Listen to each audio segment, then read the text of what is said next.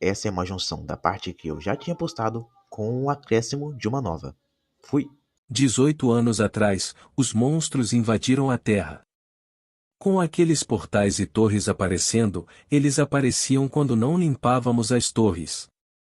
Com essa mudança catastrófica e repentina, a economia humana mudou totalmente. Tudo ficando relacionado às masmorras, sendo direta ou indiretamente.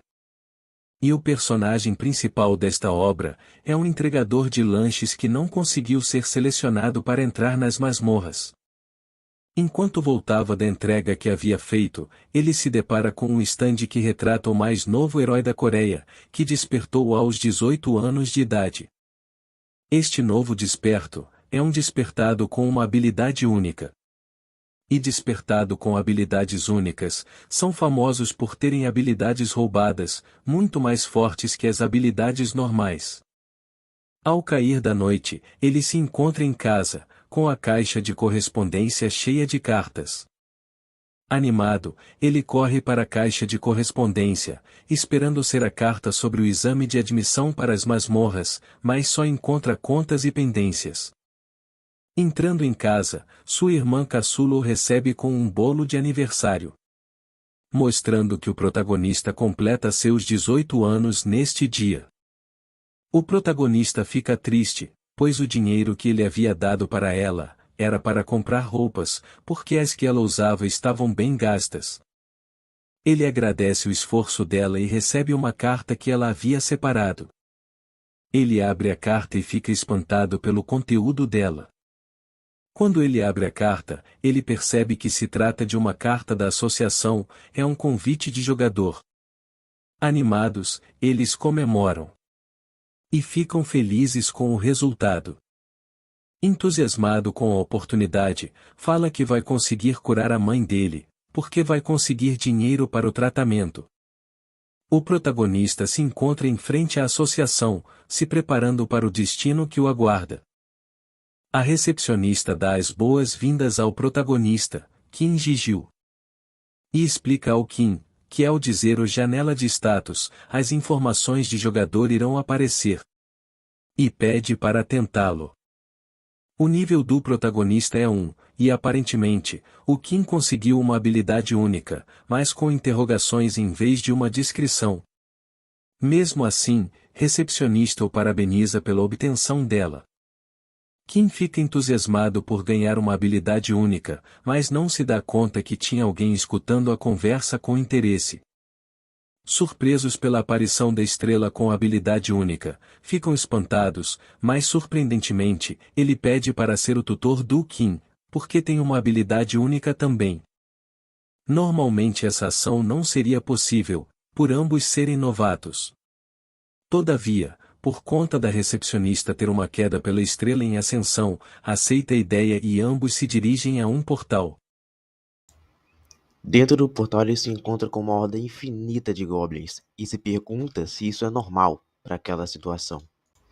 Ele interrompe o protagonista e diz que isso na verdade é uma bênção disfarçada, se preparando para poder enfrentar os goblins. Ele pergunta se o protagonista conhece o teste dos goblins. Ele então responde que sim, afirmando que esse teste pode ser um pouco perigoso, dado em que todos os jogadores abaixo do nível 10 seriam submetidos a esse teste, e aqueles que passassem a esse teste teria a sua classificação pré-editada antes mesmo de conseguir o nível 10 de sua classificação. Enquanto matava os monstros, ele diz que se você concluísse de 4 a 5 horas, teria o potencial de se tornar um jogador de alta classe. Se terminasse de 2 a 3 horas, significava que você tinha potencial de se tornar um ranker. E se você concluísse em menos de 1 hora, significava que você tinha potencial para ser um alto ranker. Ele também cita que um portador de habilidade única consegue encerrar esse teste em apenas 10 minutos. Em seus pensamentos, o protagonista diz que ele é incrível, porque é a primeira vez que ele vê o poder de um portador de habilidade única. Completando a sua explicação, ele diz que o total de força que um jogador normal levaria anos para ter pode ser conquistado por um portador de habilidade única em poucos meses. e que o potencial e velocidade de desenvolvimento dos portadores de habilidades únicas estão além da sua imaginação. Ele pergunta ao protagonista se ele já ouviu falar da guilda Angela, e que a mestra dessa guilda é uma ranker bem jovem, e a maior parte dos seus membros são pessoas incrivelmente talentosas, que completaram o teste dos goblins em 3 horas ou menos. Então ele coloca as cartas na mesa e diz ao protagonista que o plano dele é criar a maior guilda, ultrapassando até mesmo a Angela. E é por isso que jogadores talentosos, especialmente portadores de habilidades únicas, como a do protagonista, são necessários. E ele completa dizendo que espera que o protagonista consiga superar os seus limites e que espera se encontrar com ele dentro da torre e que eles possam lutar juntos, lado a lado. Depois de toda a explicação, ele separa um Goblin para o protagonista fazer sua primeira caçada e fala para ele se concentrar nas forças no quadris e nas pernas, e também para seguir o machado do Goblin com os olhos. E com um olhar determinado, o protagonista pensa que vai mudar a sua vida. E então, 5 anos depois, nos é mostrado o protagonista com outra equipe caçando. Depois de matar um único Goblin e ficar totalmente exausto e ofegante, ele grita "Janela de status", e olhando seus atributos, ele fica amargurado. Então ele explica a sua situação, dizendo que foi convidado para a torre com 18 anos e até conseguiu uma habilidade única, o que muitas pessoas chamariam de privilégio. Mas, mesmo depois de 5 anos enfrentando goblins atrás de goblins, ainda demorava 1 hora inteira para matar um único goblin. E finalmente nos é mostrado as estatísticas do protagonista. E ele diz que quem teria pensado que realmente existiria esse tipo de jogador, porque mesmo depois de 5 anos matando goblins, ele ainda persiste no nível 1, tendo uma habilidade única desconhecida. Falei, rapaziada, que assistiu os vídeos. Bom, eu não tenho uma constância muito boa ainda nesse canal, até porque não tenho uma interação muito legal com as pessoas que assistem aos meus vídeos. E eu vou lançar pequenos teasers, assim como esse que eu estou postando agora, para vocês terem uma reação positiva ou negativa, para mim ter certeza de que vou continuar com essa obra ou eu vou parar. Por enquanto, vai ser lançado aproximadamente um teaser por semana, até porque eu tô trabalhando agora e não tô tendo tanto tempo para poder ficar editando o vídeo direto. Bom, é isso, valeu e espero uma colaboração de vocês. Fui!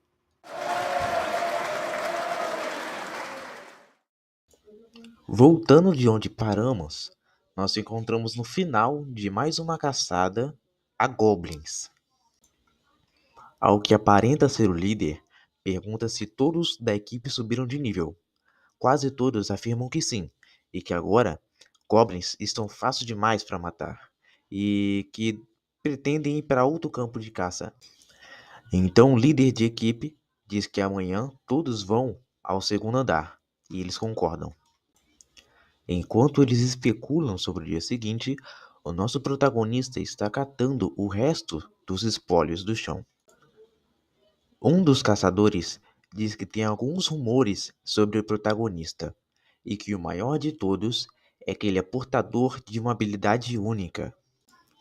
O caçador número 2 fica espantado com isso e pergunta se é verdade, mas o caçador número 1 diz que é só rumores e que se fosse verdade, acha que ele estaria ainda no nível 1 matando goblins. E também adiciona dizendo que outro rumor sobre o protagonista é que ele tem o ranking mais baixo dentre todos os jogadores da associação. Ainda pelas costas do protagonista, eles dizem que tem um apelido pelo qual todos da associação chamam o protagonista, que seria o jogador da evolução disfuncional, que no caso é uma evolução reversa, que ele não consegue progredir. Depois do dia de serviço, o protagonista foi para um canto em que ele se encontrava numa floresta dos goblins, e ele dizia que esse era o local secreto onde ele vinha para desaparecer. Além de ser um lugar que o protagonista usava para desaparecer a mente, também é um lugar secreto que ele descobriu onde apenas um Goblin surgia por dia. Se preparando para atacar o Goblin, o protagonista pensa que vai ser uma caçada fácil e que se ele puder atingir os pontos vitais deles antes que ele veja, vai ser crucial para um abate fácil. O protagonista tenta se aproximar do Goblin sem ser notado, mas infelizmente o Goblin consegue perceber a aproximação do protagonista e ataca com sua lança, mas felizmente o protagonista consegue proteger com sua espada. O que era para ser uma batalha fácil acaba sendo uma batalha de longa duração, porque o Goblin percebeu o protagonista e continuou atacando enquanto ele tentava se defender e contra-atacar. E ele pensa que essa vai ser uma luta difícil, de novo. No fim do dia, na associação de caçadores, o protagonista se encontra, pensando que demorou muito para caçar apenas um Goblin. O protagonista só conseguiu $20 dessa caçada. E se tirar o gasto que ele teve em poções, não sobra nada. Ele ficou no 0 a 0. Enquanto andava pelos corredores, o protagonista se encontra com Taiyo. O protagonista tenta conversar com ele, mas ele já corta com uma cara entristecida, dizendo que sentia muito pelo que aconteceu. O protagonista, sem entender nada, se dirige à sala que ele tinha saído. Dentro da sala, o protagonista encontra o Tai Shik, o gerente de operações do departamento de guias. Com uma cara de angústia, o Tai Shik explica ao protagonista que os clientes que ele estava a cargo hoje serão assumidos pelo Taiyo no dia seguinte. O protagonista pergunta o porquê, já que tudo tinha corrido muito bem hoje. E o Tai Shik responde que aparentemente eles ouviram os rumores a respeito do protagonista. E ele explica para o protagonista que sabe que isso não tem nada a ver com ser um instrutor ou um guia, mas ele não pode fazer nada, já que no fim das contas tudo isso é verdade. Quando de repente a televisão ligada apresenta a notícia que a guilda Angela declarou interesse em assumir ao 75º andar. O jornal diz que eles pretendem partir no dia seguinte pela manhã, e que realmente será uma ótima vista deles tentando completar ou completando o 75º andar. O protagonista reclama que tudo é sobre os jogadores, mesmo que sejam sobre civis normais que nunca chegaram perto da torre, e que, no fim, jogadores de certa forma se tornaram ídolos nos dias de hoje. Tashiki então complementa dizendo que já que um portal pode abrir em qualquer lugar, e como também existe a chance de qualquer uma pessoa se tornar um jogador por meio desses portais, não é um objetivo inatingível. Essa fala do Tashiki acabou batendo muito forte no protagonista, porque assim como ele disse, não é um objetivo inatingível, só que para o nosso protagonista, que mata tantos goblins, mas mesmo assim não sobe um mísero nível, ele não consegue subir um nível sequer. E complementa dizendo que, no caso, esse objetivo tão simplório para eles parece muito distante para o nosso protagonista.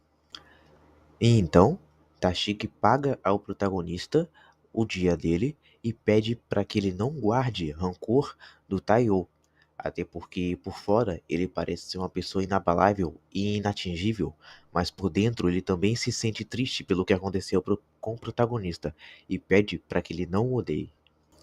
O protagonista diz que não liga e que entende a situação. Então Tashiki diz que há um cliente pedindo especificamente pelo protagonista para instruí-lo como um guia. E então nos é mostrado outro dia em que o protagonista se encontra com aquele que tinha o contratado. O nome dele é Seon Pil. E segundo Seon Pil, quem o indicou para treinar com o protagonista, para contratá-lo como guia, foi o Seok-woo, aquele quem guiou o protagonista no primeiro episódio, aquele que tinha a habilidade despertada do poder de gelo. Aparentemente, ele é primo do Seok-woo, e ele então apresenta o seu time que está ali fazendo a expedição com ele, sendo o Jaewon, o Seung-woo e a Hanewoo. O protagonista então explica a esse grupo que pelos próximos 4 de 5 noites, todos eles irão concluir todos os andares do tutorial da torre, e de forma rápida. Quando começa a entardecer depois do primeiro dia de aventura, eles preparam as barracas e cozinham alguma coisa para poder descansar. Enquanto aguardam pela comida, um dos caçadores pergunta ao protagonista se é verdade o rumor que diz ao qual ele não pode subir de nível, que ele não consegue subir de nível.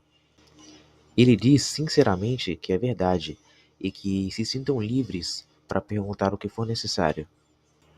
Trocando de assunto, o protagonista pergunta como foi o dia deles, a primeira caçada, e eles respondem que foi bem tranquilo, como esperavam, e apesar de ter conseguido alguns arranhões, eles conseguem se curar de maneira rápida e fácil.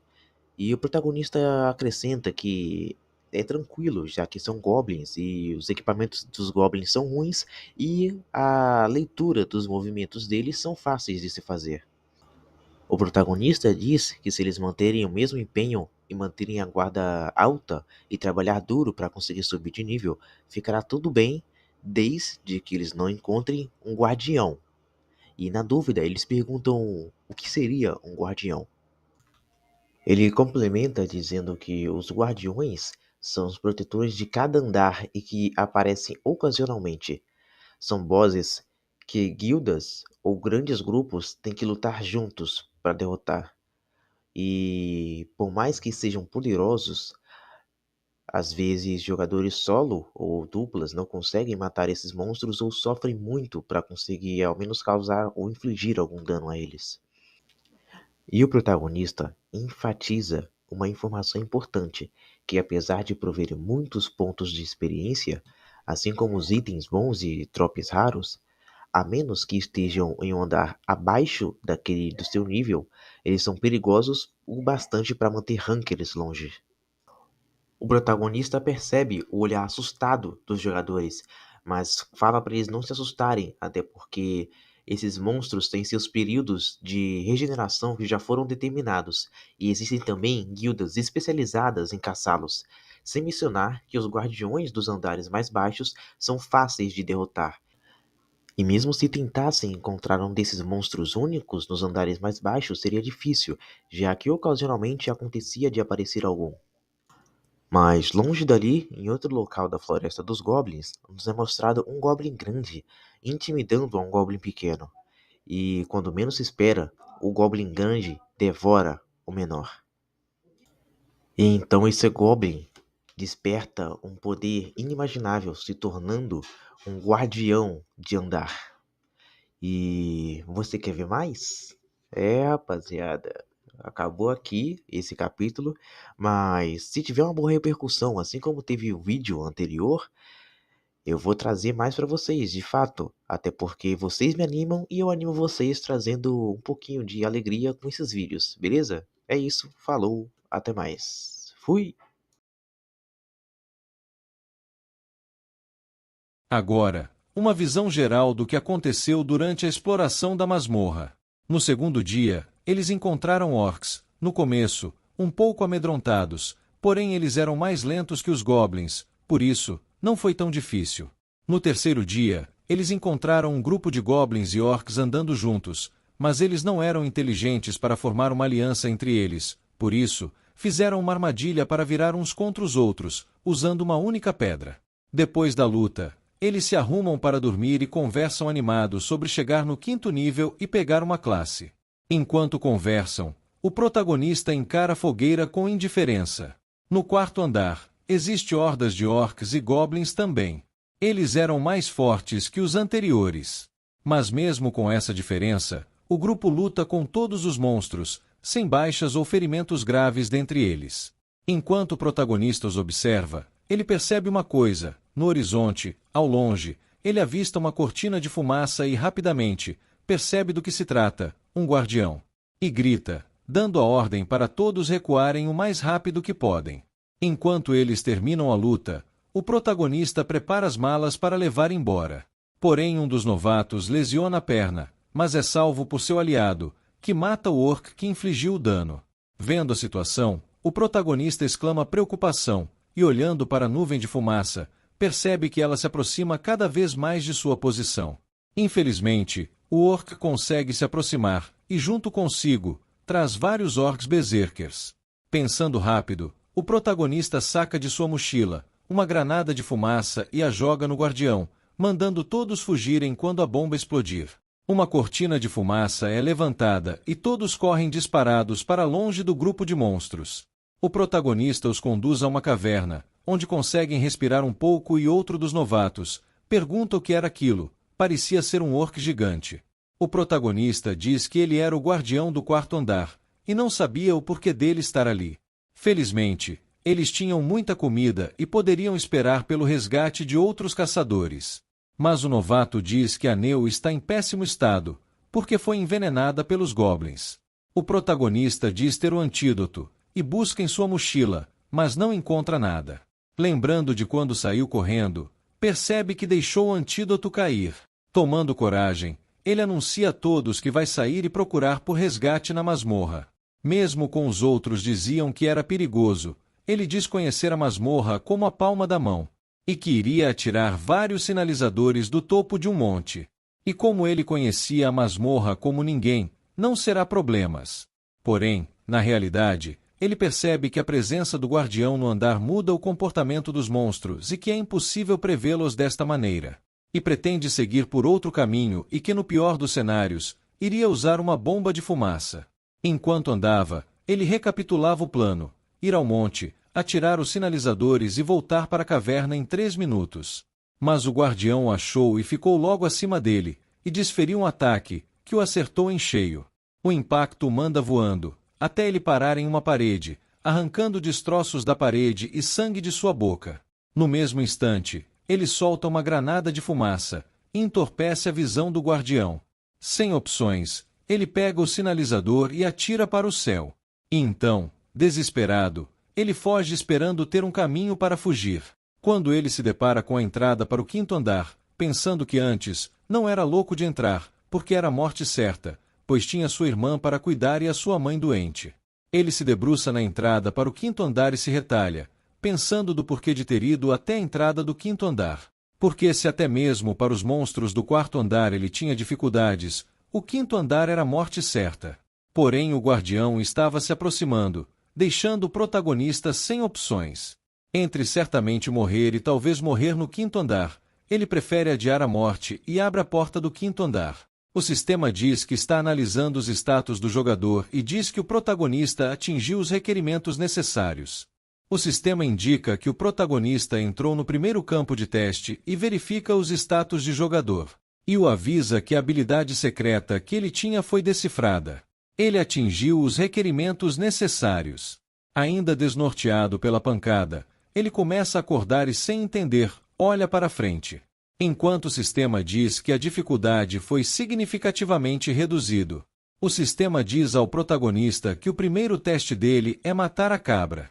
Ele não entende o propósito do sistema com isso, mas realiza o teste, matando a cabra. Assim que a mata, o sistema avisa que ele passou no teste, a classe dele foi selecionada e a habilidade secreta foi revelada. O sistema diz que a missão foi completa de maneira perfeita e que as recompensas serão aumentadas. O protagonista não entende o que está acontecendo, porque estava esperando um desafio milhares de vezes maior. Quando de repente, uma névoa negra aparece e o envolve por completo. Dentro da névoa, uma voz de menino fala com ele, perguntando quem ele é, e pergunta se ele é o mestre dele. Ele tenta procurar quem fala, mas não vê nada. O protagonista pergunta para a voz, de que mestre ele está falando. E a voz responde que um idiota que nem consegue responder uma simples pergunta é o mestre dele. A voz o manda escolher o nome dele logo para que o protagonista se conecte com ele. O sistema diz que um ego pediu para se conectar com ele, e o pede para, por favor, escolher um nome para o ego. Mas ele acorda no hospital, em frente à sua cama, está a sua irmã e o gerente. Eles perguntam se ele está se sentindo bem, e chamam a enfermeira. Depois de 2 semanas que ele foi encontrado inconsciente no 5º andar, Taeshiko contou o que aconteceu. Os jogadores viram um sinalizador e encontraram o guardião, e apesar de lutarem bravamente contra ele, ele conseguiu escapar. O protagonista ficou feliz porque todo o grupo de novatos que estavam com ele, saíram seguros da masmorra. Depois de ficar por dentro das notícias, o protagonista fala com sua mãe por telefone e avisa que vai ser liberado depois de alguns exames. E a pede para não se preocupar com ele e descansar, já que o seguro está cobrindo as contas do hospital. Ele avisa a irmã mais nova que não precisa mais vir ver como ele está no hospital, que pode ficar em casa cuidando da mãe deles. Encarando a cidade, o protagonista diz que mesmo depois de passar do 5º andar, ele persiste no nível 1. Meses depois, ele vai para a masmorra, e todos prestam atenção nele.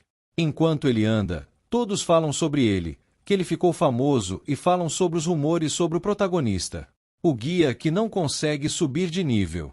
Mas outra pessoa entra na conversa e diz que ele é famoso por outra coisa agora. E perguntam pelo que ele é famoso. E ele fala que o protagonista se tornou o assassino do tutorial.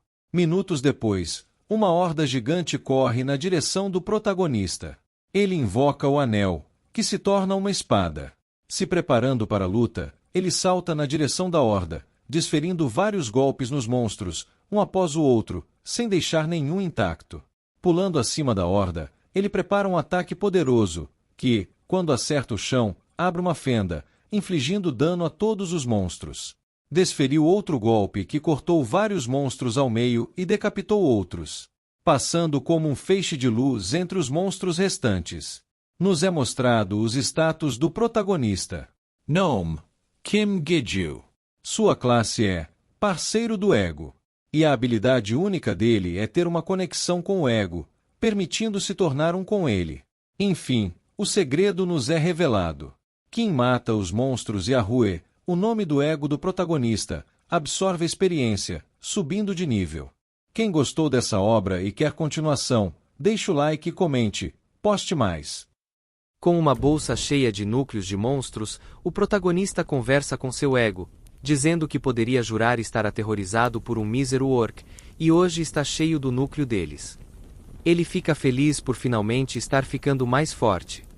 E olha para o anel, que é o seu ego disfarçado, dizendo que se não fosse por ele, não teria evoluído tanto. Voltamos um mês atrás, onde o protagonista se encontra em algum lugar escondido na floresta. Abrindo a janela do sistema, ele lê os atributos e fica feliz por não ter ido à torre assim que acordou, e também por não ter sido um mero sonho. Mas ele sente um calafrio, ao pensar que a sua irmã provavelmente irá o repreender por ter ido para a torre logo após ter ganho alta. Deixando isso de lado, ele fecha os punhos, dizendo que não ficará parado, agora que algo finalmente mudou, depois de 5 anos. Pensativo, ele imagina formas de convocar o ego com quem ele havia formado um contrato e como fará isso. Quando uma ideia passa pela sua cabeça e ele a coloca em prática imediatamente. Ele faz alguns movimentos aleatórios com o braço, parecendo uma transformação de desenho animado. Dando um passo para o lado e completando a pose, ele coloca a mão no rosto. Finalizando o teatro, ele aponta a mão para baixo e grita: Ego Rue. Nada acontece, e envergonhado, ele finge que seus cadarços desamarraram e tenta disfarçar o vexame. Abaixado em um canto, ele diz que está aliviado por essa ser uma área secreta e que ninguém conhece aquela área. Chateado, ele se pergunta novamente como se convoca o ego, e que até mesmo deu um nome, Rue, para aquela voz de merda. Tendo o seu nome chamado, o sistema diz que Rue está sendo convocada, e aparece uma esfera flutuando no ar, logo acima dele.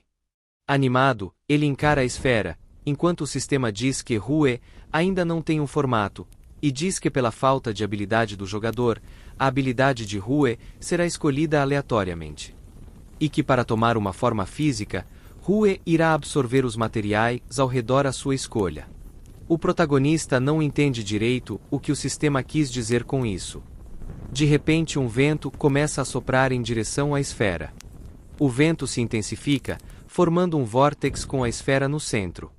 A pressão fica tão forte que começa a sugar tudo, inclusive o protagonista.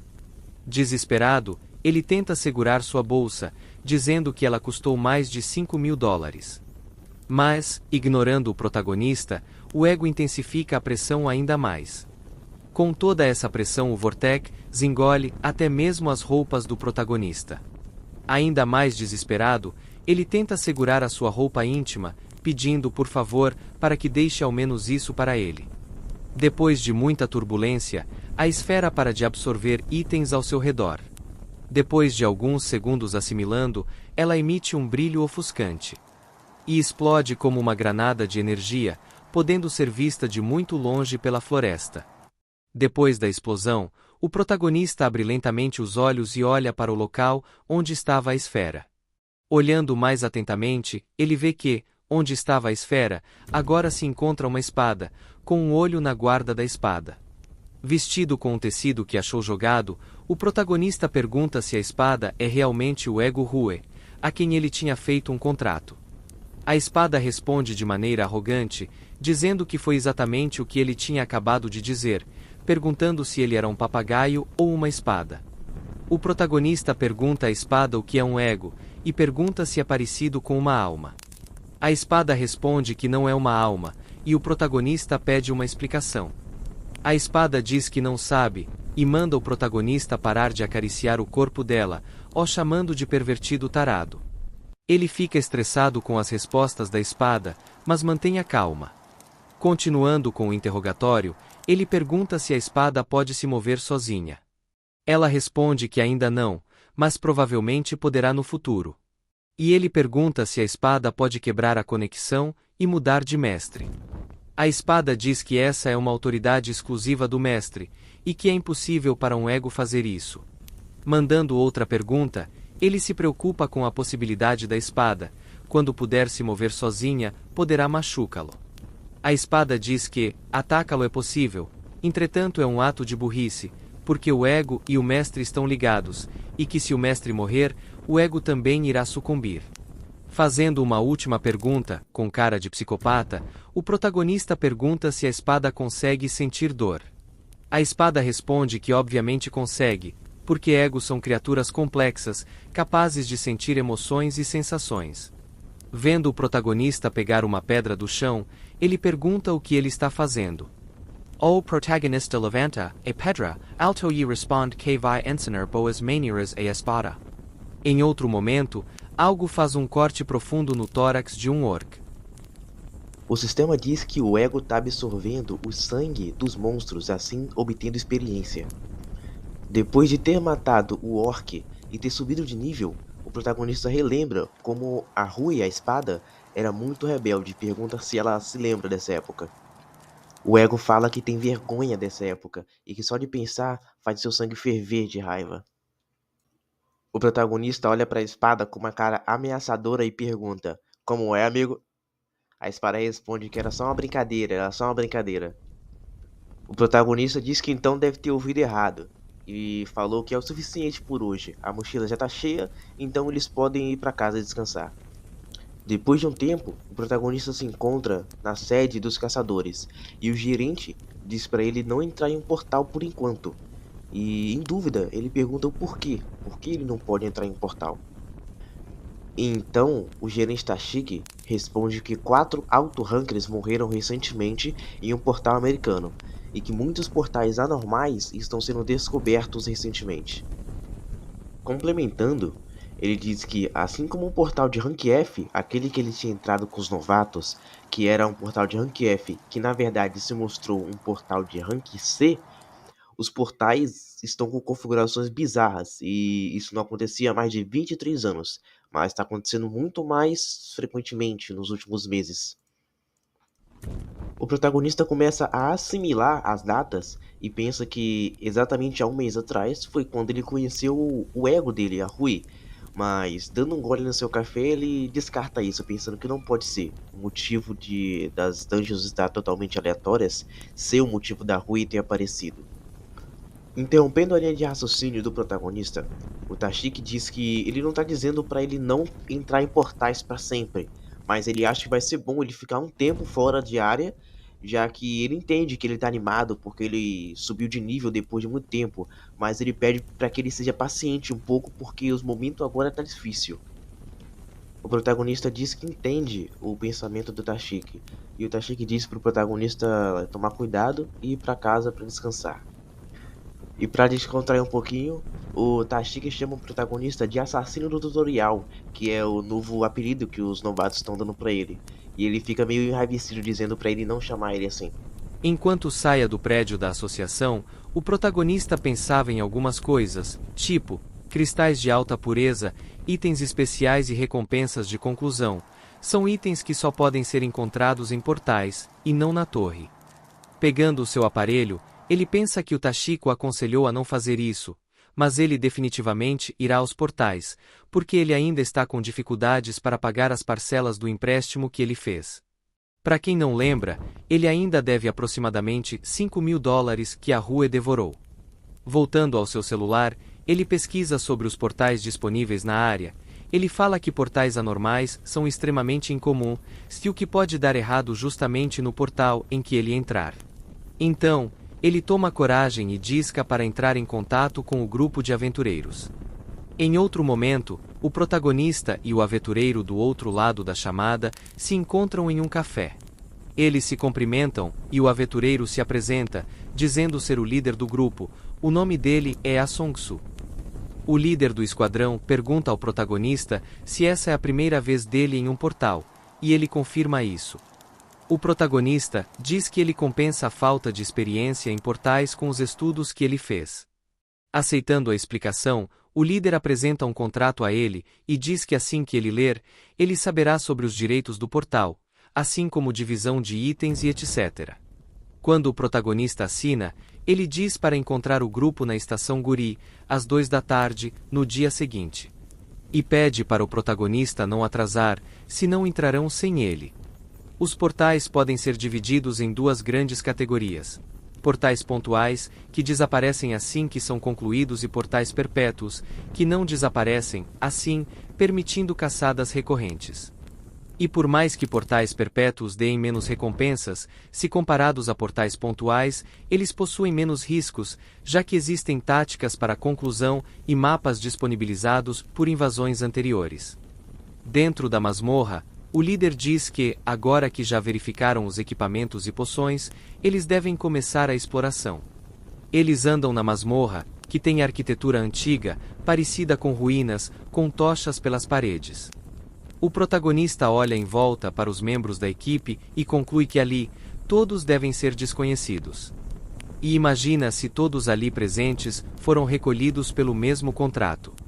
Mas olhando para trás, ele avista um arqueiro e uma mulher, que aparenta ser uma maga. E conclui que eles se conhecem, por estar conversando casualmente. O líder percebe algo e diz para a equipe parar. Ao longe, na parte escura do corredor, eles escutam barulhos de passos, de muitas criaturas. Alarmados com a presença e aproximação repentina, o líder diz para se prepararem para a luta. Uma horda gigante de monstros, parecidos com zumbis, avança na direção da equipe. O líder dá a ordem para que o tanque avance e pare o avanço da horda. Imediatamente, o tanque dispara como uma bala e atropela alguns zumbis, assim parando o avanço da horda. Logo após, o líder dá a ordem para que os causadores de dano avancem também. O líder também decide entrar em ação e prepara uma flecha imbuída em energia. O líder dispara e acerta um zumbi em cheio na cabeça, antes mesmo dos causadores de dano corpo a corpo chegarem no combate. O espadachim chega ao alcance dos zumbis e desfere um ataque no trapézio de um deles, prosseguindo para um chute em seu abdômen para criar distância. Espantado com a dureza dos zumbis, o espadachim reclama da resistência dos mesmos. Como uma flecha, alguém passa pelo espadachim. Vemos que foi o protagonista que avançou contra a horda de zumbis, e como se fosse uma brincadeira de criança, ele faz com que partes dos zumbis voem pela masmorra. Os demais membros da equipe veem o protagonista acabando com os zumbis e ficam surpresos com o acontecimento. Logo após acabarem a luta, eles param para descansar, e dois membros da equipe começam a bajular o protagonista, dizendo que se não fosse por ele, a equipe estaria em apuros. Eles perguntam ao protagonista se ele não era nível 7, e diz que sente como se estivessem sendo carregadas.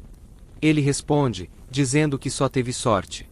E eles dizem que o protagonista não precisa ser tão humilde. Eles dizem que o protagonista teve o papel mais importante há pouco, derrotando o boss intermediário. E eles pedem para que o protagonista os convidem, caso pense em atacar outros portais, e ele sorri sem jeito. O protagonista pensa que ele está sendo formal demais, e apresenta sinais de que ele está tentando se mostrar frente ao líder do grupo. Interrompendo o pensamento do protagonista, o tanque diz que, graças ao protagonista, a exploração de hoje será tranquila. O protagonista pensa que eles não estão errados. Acabando com o momento de descanso, o líder dá a ordem para que a equipe continue a caçada. O protagonista pergunta para o ego se ele está pronto, mas a espada responde que sangue de zumbi tem um gosto horrível. Ele tranquiliza a espada, dizendo que logo estarão na sala do chefe final, então era só esperar. Enquanto isso, o tanque e o espadachim aparentam estar conversando sobre algo. E apresentam um sorriso malicioso, com intenções ruins. A equipe para em frente à sala do boss, que mais aparenta ser um jaula. O protagonista se pergunta se essas grades são responsáveis por manter o boss preso. O líder do grupo diz que vai ensinar a tática para derrotar o Vigia Talen, o boss. Quando ele iria começar a falar sobre a tática, alguém o interrompe. Quem o interrompe é o tanque, e ele diz que todos pesquisaram sobre a masmorra antes de virem ao portal, então não precisam da explicação. E diz para se apressarem. O líder diz que sabe disso, mas os lembra que estão dentro de um portal, e que um pequeno erro de qualquer um ali pode resultar na morte de todos. O tanque estala a língua e reclama do líder ser irritante. Vendo isso, a suposta maga fica irada com ele. Mas o líder chama a atenção dela com um olhar. E ela rapidamente entende o significado e se acalma. Ignorando o tanque, o líder diz que vai explicar de novo, mas essa ação não passa desapercebida pelo protagonista, que pensa que isso foi estranho. Depois da explicação, eles adentram a sala do boss, quebrando as grades, e comentam que ele é maior do que imaginavam. O líder então prepara uma flecha explosiva para iniciar a batalha, e avisa aos demais membros da equipe para ficarem preparados. Ele carrega o arco e dispara a flecha, que viaja em rápida velocidade em direção ao boss. A flecha atinge em cheio ao alvo, começando, assim a batalha. O boss fica furioso e desperta, virando para a equipe com raiva, dando um grito poderoso.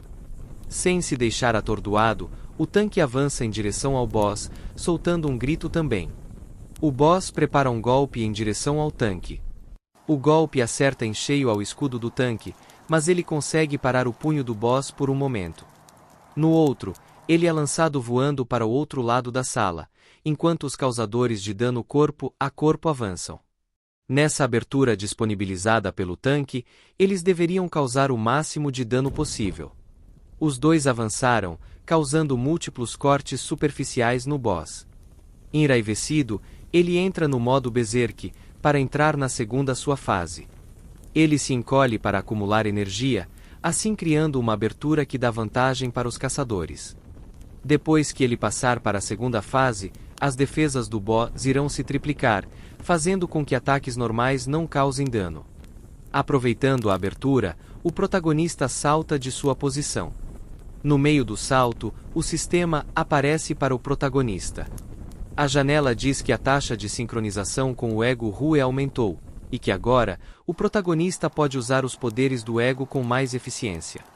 E então ele atinge o boss final, causando um dano crítico, fazendo com que raios saiam da área de impacto. Depois desse golpe, uma janela do sistema aparece, dizendo que eles derrotaram com sucesso o boss final do portal, ganhando experiência. Por matar o boss com um único golpe, você adquiriu experiência extra. Ninguém acredita no que acabou de acontecer, nem mesmo o protagonista. E ele também adquiriu uma habilidade chamada canibalismo, que recupera vida ao se alimentar de cadáveres. Animados com o que acabou de acontecer, o tanque pede o contato do protagonista, e o outro causador de dano pede também.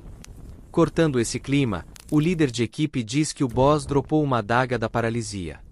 Eles ficam animados, pois mataram o boss facilmente e ainda droparam um item. E como estava definido no contrato, eles irão girar um dado para decidir quem fica com o item. O tanque, como uma cobra, chega ao protagonista e o pergunta se não era ele quem deveria ficar com a adaga. Ele acha estranho o tanque ter mudado a forma que fala com ele, de formal para informal, de um momento para o outro. Continuando com a persuasão, ele diz que o protagonista fez o trabalho inteiro praticamente sozinho, e diz que ele e o outro causador de dano irão pressionar o líder, pedindo para que o protagonista colabore. Abaixando sem dar uma resposta, ele pensa que se fizesse isso, não teria o reconhecimento do líder, pois assinou o contrato. Em pensamento, o protagonista diz que graças a ter sido guia por 5 anos, ele se tornou capaz de julgar o caráter dos outros facilmente. E diz que já tinha percebido o plano dos dois há muito tempo. Por outro lado, ele também não confia no líder, pois a garota misteriosa não fez nada pelo portal inteiro. O líder diz que vai começar a dividir os saques, enquanto o protagonista pensa que todos estão escondendo algo. O líder diz que vai pegar o dado para que possam fazer com o que estava descrito no contrato. Mas antes que ele comece, a dupla faz sinal um para o outro. E num piscar de olhos, eles somem de suas posições. Pegando a adaga do chão, ele avança. Com um sorriso sinistro e uma velocidade alta, ele corre em direção ao líder. O líder nem mesmo percebeu sua aproximação, e a adaga estava perto de tirar a sua vida. Quando o protagonista intervém na rota dele e o impede de continuar. Usando uma técnica de judô, ele o lança para cima. Ele o derruba no chão, fazendo com que ele perca o fôlego no momento.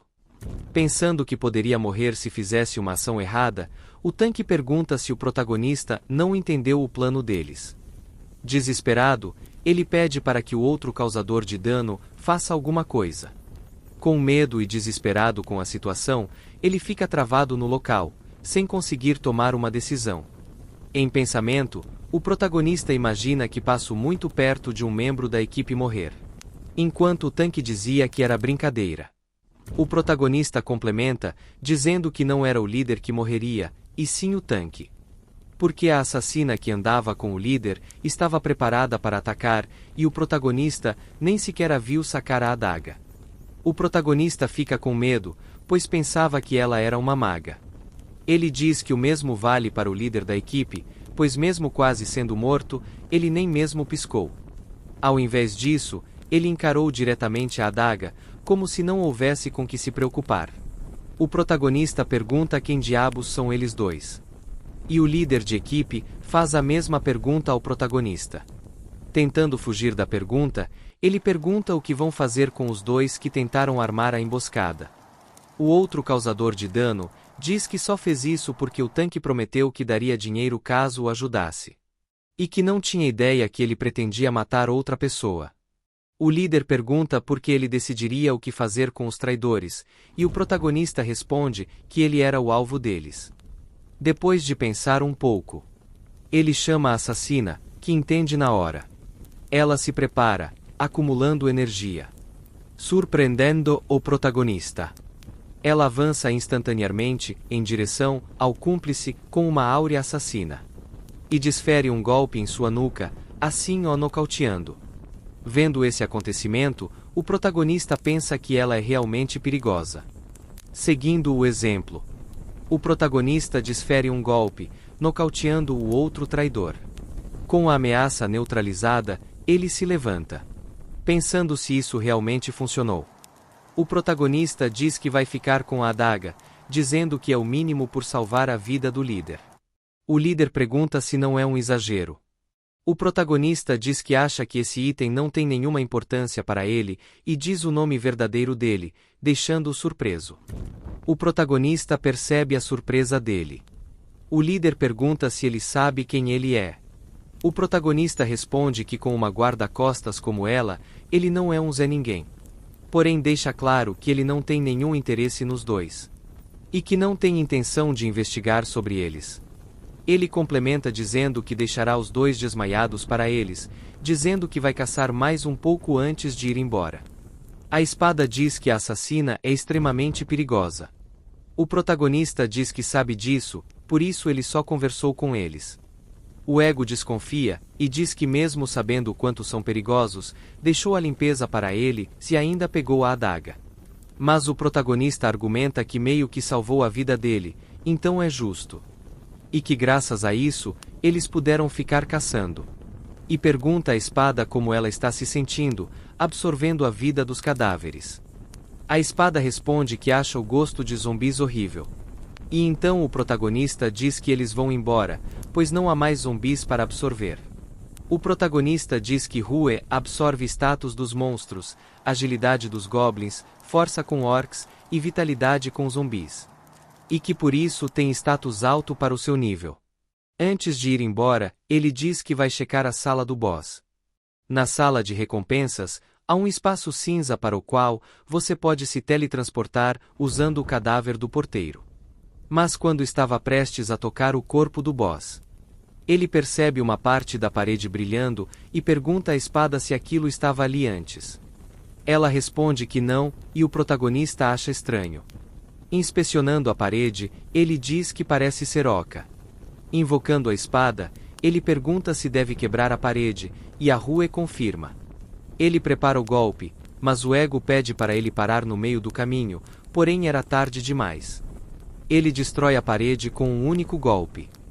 O protagonista tenta dispersar a poeira levantada pelo golpe, perguntando o que a Rue estava tentando dizer. Ela responde ego, e o protagonista não entende. Ela responde que acha que consegue sentir outro ego dentro da sala escondida. O protagonista pergunta se realmente tem um ego em um local como esse. Algo em meio à poeira começa a emitir um brilho. 100 likes para a continuação.